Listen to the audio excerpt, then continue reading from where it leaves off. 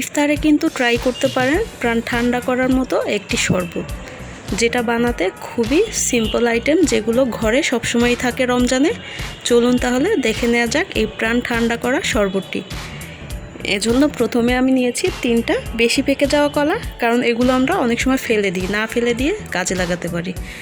3টা কলা আমি খোসা ছাড়িয়ে পরিষ্কার করে নিয়েছি। তারপর দিয়েছি কিশমিশ ধুয়ে কয়েকটা, আর দিয়েছি খেজুর 5টা বিচি ছাড়িয়ে। তারপরে দিয়েছি 2 চা চামচ বড় চা চামচের মিল্ক পাউডার। এরপরে এখানে দিয়ে দিচ্ছি খেজুর গুড়, এটা অপশনাল, চাইলে নাও দিতে পারেন, 1 চা চামচ। আর চিনি দিচ্ছি এখানে ওই চামচেরই আরও 1 চা চামচ, বেশি চিনি দিবেন না, এটা যেহেতু কলা খেজুর মিষ্টি।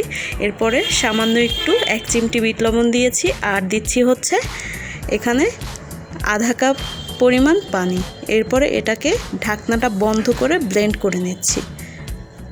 ভালোভাবে ব্লেন্ড করে নেবেন 2-3 বার করে। তবে খেজুরের কুচিগুলো যদি সামান্য থেকে যায় কোনো প্রবলেম নেই। এই ব্লেন্ড করা হয়ে গেলে এটাকে আমি নামিয়ে তারপরে হচ্ছে একটা বাটির মধ্যে ঢেলে নিচ্ছি। এখানে আমি একটা বাটিতে ঢেলে নিচ্ছি।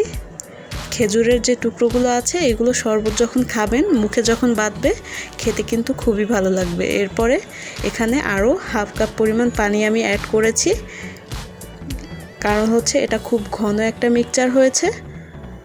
এই মিক্সচারটা খাওয়ার সময় ঠান্ডা পানি অ্যাড করে খেতে হবে এজন্য। এরপরে আমি এটাকে ঢাকনা দিয়ে ঢেকে ফ্রিজে রেখে দিচ্ছি। অবশ্যই এটা আপনারা ইফতারের 2 ঘন্টা আগে বানানো ট্রাই করবেন, তাহলে এটা ফ্রিজে থেকে ঠান্ডা হবে। আমি ফ্রিজে রেখেছিলাম, এখন ফ্রিজ থেকে বের করেছি, ইফতারের টাইম হয়েছে। এখন আমি এখানে ঠান্ডা পানি মিশিয়ে দিচ্ছি। এখানে আমি ঠান্ডা পানি মিশাচ্ছি 2 গ্লাস। দেখুন, ঠান্ডা পানি মিশানোর পরে টেক্সচারটা এরকম হবে, হালকা একটু ঘন ঘন। এই শরবতটা এরকম খেতেই ভালো লাগে। এরপরে হচ্ছে আমি এগুলোকে সার্ভ করে নেব, কারণ আজানের টাইম হয়ে গিয়েছে। আপনারা কিন্তু এই শরবতটা ট্রাই করতে পারেন অবশ্যই। এরপরে গ্লাসে ঢেলে নিচ্ছি। আমি মোট 3 গ্লাস পরিমাণ শরবত বানিয়েছি এখানে। এই শরবতটা খেলে অবশ্যই শরীরটা ঠান্ডা হবে। আপনারাও ট্রাই করতে পারেন এই শরবতটি। এটা খুবই স্বাস্থ্যকর একটি শরবত। যারা গুড় না দিতে চান তারা চিনি দেবেন। এরপরে আমি এখানে বরফ কুচি দিয়ে দিচ্ছি 2টা। এরপরে এটাকে সার্ভ করছি। দেখতে যতটা আকর্ষণীয়, খেতেও কিন্তু ততটা লোভনীয়। পরবর্তী রেসিপি দেখার জন্য সাথেই থাকবেন। ধন্যবাদ।